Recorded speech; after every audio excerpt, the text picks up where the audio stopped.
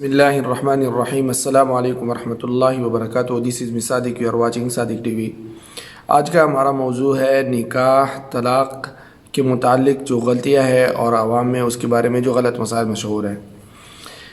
مسئلہ ہے کہ بعض جگہ عوام کا گمان ہے کہ بغیر گواہ بھی مرد اور عورت کی رضامندی سے نکاح ہو جانے کو درست سمجھتے ہیں. کوئی گواہ نہیں، مرد اور عورت راضی ہے، نکاح کر لیا اور اس کا نام انہوں نے تنبخشی رکھا ہوا ہے. یہ گمان کرنا بالکل باطل ہے. اس طرح کا نکاح ہرگز جائز نہیں ہو سکتا، بلکہ وہ زنا میں شمار ہوگا. اللہ تعالی ہمیں اس سے بچائے. مسئلہ مشہور ہے کہ پیر کا مریدنی سے نکاح درست نہیں. یہ محض غلط بات ہے. ہمارے نبی کریم صلی اللہ علیہ وسلم اپنی بیویوں کے پیر تھے، لیکن آج کل کے حالات و واقعات کو دیکھ کر ایسا لگتا ہے کہ پیری مریدی سے زیادہ عزت اور عصمت ہماری برباد ہو رہی ہے.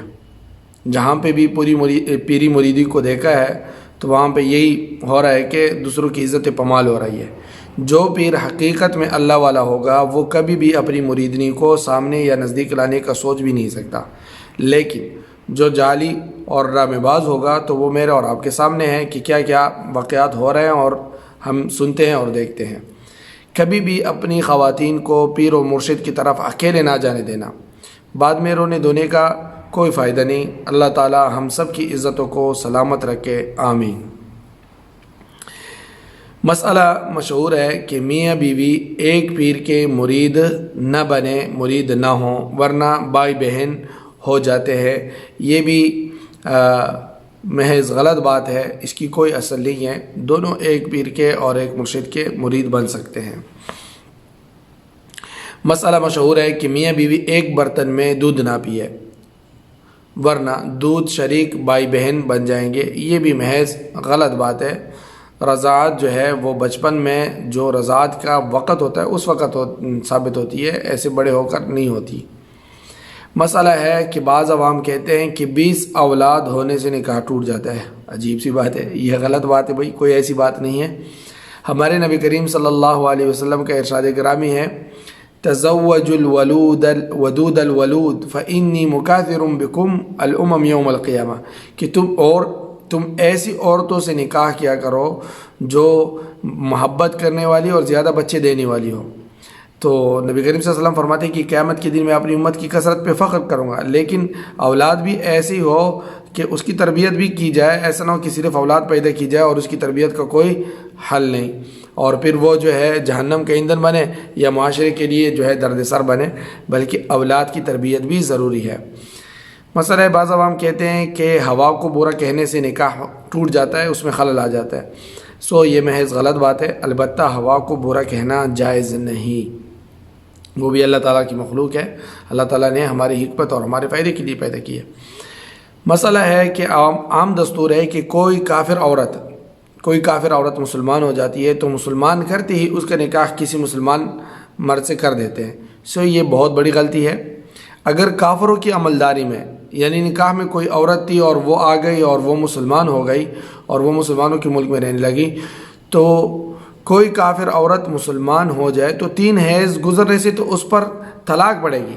یعنی وہ اپنے ملک سے، اپنے جو ہے کفر سے واپس آ گئی، تو 3 حیض 3 پاکی جو اس کی گزرے گی تو اس سے اس کا نکاح ٹوٹ جائے گا جو پہلے کا نکاح تھا. اس کے بعد 3 حیض جو ہے وہ عدت کے گزارے گی. گویا 6 حیض کے بعد نکاح درست ہوگا تاکہ اس کی رحم کی صفائی ہو جائے اور اس سے اگر کچھ پہلے ہے تو وہ ختم ہو جائے. مسئلہ ہے کہ بعض عورتیں صرف عدت کے دوران میں نامحرم سے سر ڈھانکنے کو لازم سمجھتی ہے اور ویسے نہیں. یعنی عدت میں تو سر ڈھانپ لیتی ہے اور ویسے نہیں چھپاتی. تو یہ غلط بات ہے. ہر وقت ہر جگہ نامحرم سے مکمل طور پر پردہ ضروری اور واجب ہے. مسئلہ مشہور ہے کہ اگر بیوی شوہر کو باپ کہہ دے، جیسے کہہ دے ارے میرے باپ، تو عوام سمجھتے ہیں کہ نکاح میں خلل آ جاتا ہے. یہ محض بے اصل بات ہے. بلکہ اگر شوہر بھی بیوی کو ماں یا بیٹی کہہ دے تو بھی نکاح میں فرق نہیں آتا، لیکن یہ بات بیہودہ اور لغو ہے. یہ ایسے نہیں کہنا چاہیے۔ اگر یوں کہا ہے کہ تو مجھ پر ماں یا بیٹی کی طرح ہے، جیسے یعنی ماں کی طرف کوئی راستہ نہیں مجھ پر، یا بیٹی کی طرف کوئی راستہ نہیں، اس طرح کا اس کا مراد ہے، تو اس میں بعض صورتوں میں عورت حرام ہو جاتی ہے، جس کی تفصیل ضرورت کے وقت اپنے قریبی علماء کرام سے معلوم کی جا سکتی ہے۔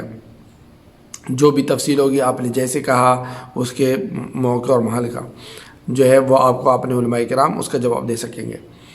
مسئلہ، بعض عوام کو اس میں شبہ رہتا ہے کہ حالت حیض میں نکاح شاید درست نہیں ہوتا، یہ شبہ بے حاصل ہے، یعنی ماہواری میں عورت حالت حیض میں ہے، ماہواری میں ہے، تو اس کی نکاح درست ہے، البتہ ہم بستری مجامعت جائز نہیں ہے کہ اس سے ہم بستری یا مجامعت کی جائے۔